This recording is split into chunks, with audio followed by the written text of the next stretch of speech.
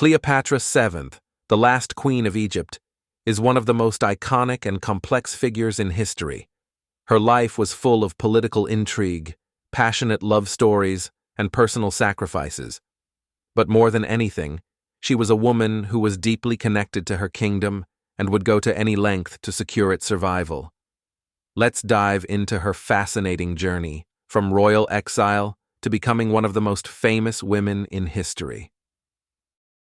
Cleopatra was born in 69 BC into Egypt's Ptolemaic dynasty, a Greek royal family that had ruled Egypt for centuries.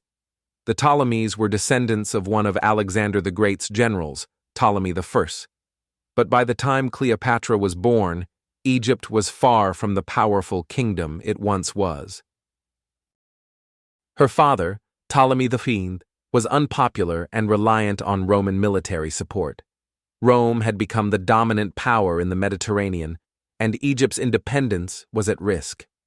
When Ptolemy V died in 51 BC, Cleopatra's younger brother, Ptolemy X, was crowned alongside her as co-ruler, though she was the older sibling. It was an arrangement that would quickly spiral into conflict. The relationship between Cleopatra and her brother deteriorated rapidly. The young Ptolemy X, encouraged by his advisors, sought to strip Cleopatra of power. The two siblings, once co-rulers, found themselves in an all-out civil war, with each claiming the throne. Cleopatra was exiled to Syria, while Ptolemy X took control of Alexandria. This civil war devastated Egypt, weakening the country both internally and in the eyes of Rome. The political instability would soon have far-reaching consequences, as Cleopatra's path to power would intersect with one of Rome's greatest figures. In 48 BC, as the civil war raged on, Julius Caesar arrived in Alexandria. Caesar was embroiled in his own conflict back in Rome, fighting against his rival Pompey. Cleopatra saw an opportunity.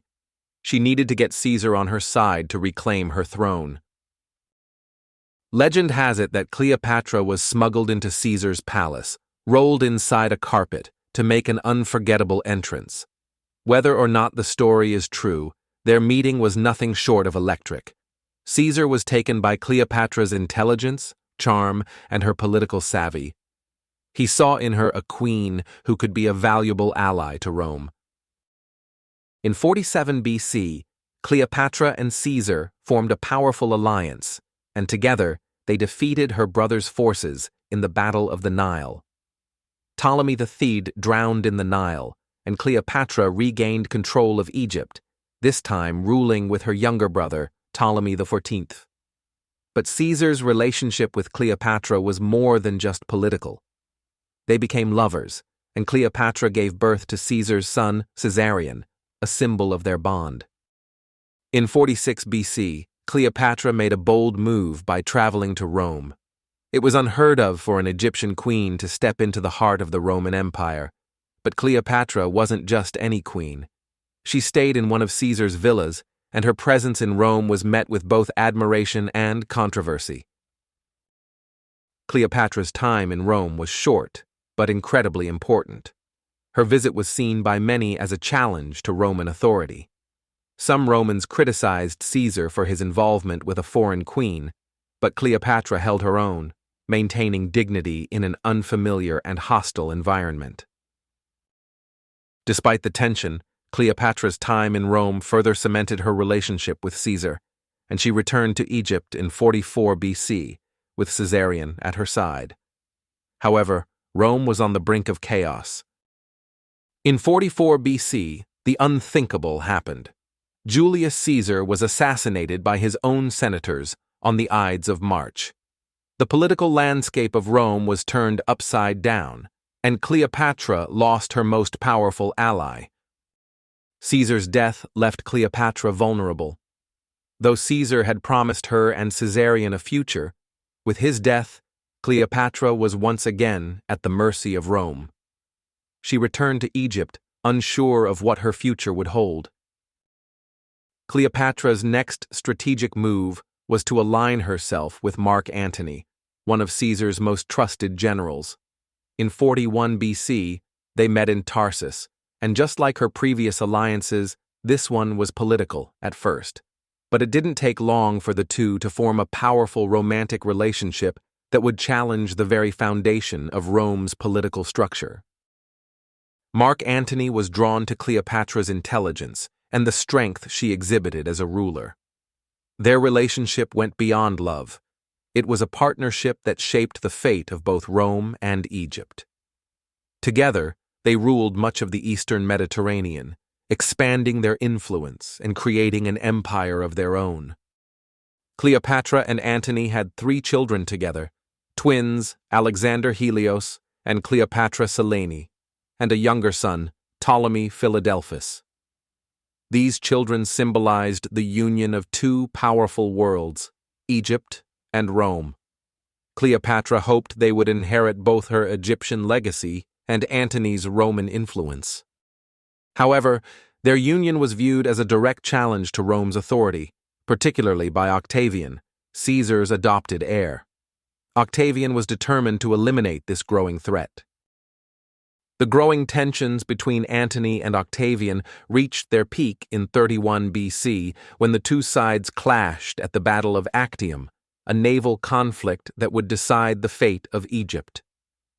Antony and Cleopatra's fleet was defeated decisively by Octavian's forces, marking the end of their reign and beginning the end of Egypt's independence. The defeat at Actium was not just a loss in battle, it was the loss of everything Cleopatra had worked for. The dream of an independent Egypt was shattered, and the final chapter of Cleopatra's life was about to unfold. After their defeat, Cleopatra and Antony retreated to Alexandria. In the face of inevitable capture, Antony, devastated by the loss, fell on his own sword after hearing false news of Cleopatra's death. Cleopatra, devastated by the loss of her lover, decided to take control of her own fate. She chose to end her life in a dramatic fashion, allegedly with the bite of an asp, though some historians debate the exact cause of her death. Cleopatra died in 30 BC, leaving behind a legacy that would never be forgotten. Cleopatra's death marked the end of the Ptolemaic dynasty and the beginning of Egypt's annexation into the Roman Empire. But her story didn't die with her. Cleopatra's life has inspired countless works of art, literature, and film. She remains a symbol of intelligence, resilience, and political acumen. Despite the myths and controversies surrounding her, Cleopatra's true legacy is that of a woman who fought to the very end for her kingdom. She showed that a queen could not only survive, but thrive in a world dominated by men. Cleopatra's extraordinary journey reminds us that history is often shaped by the decisions and courage of a single individual. If you enjoyed learning about Cleopatra's life, don't forget to like, comment, and subscribe. Join us next time as we uncover more incredible stories from history that shaped the world.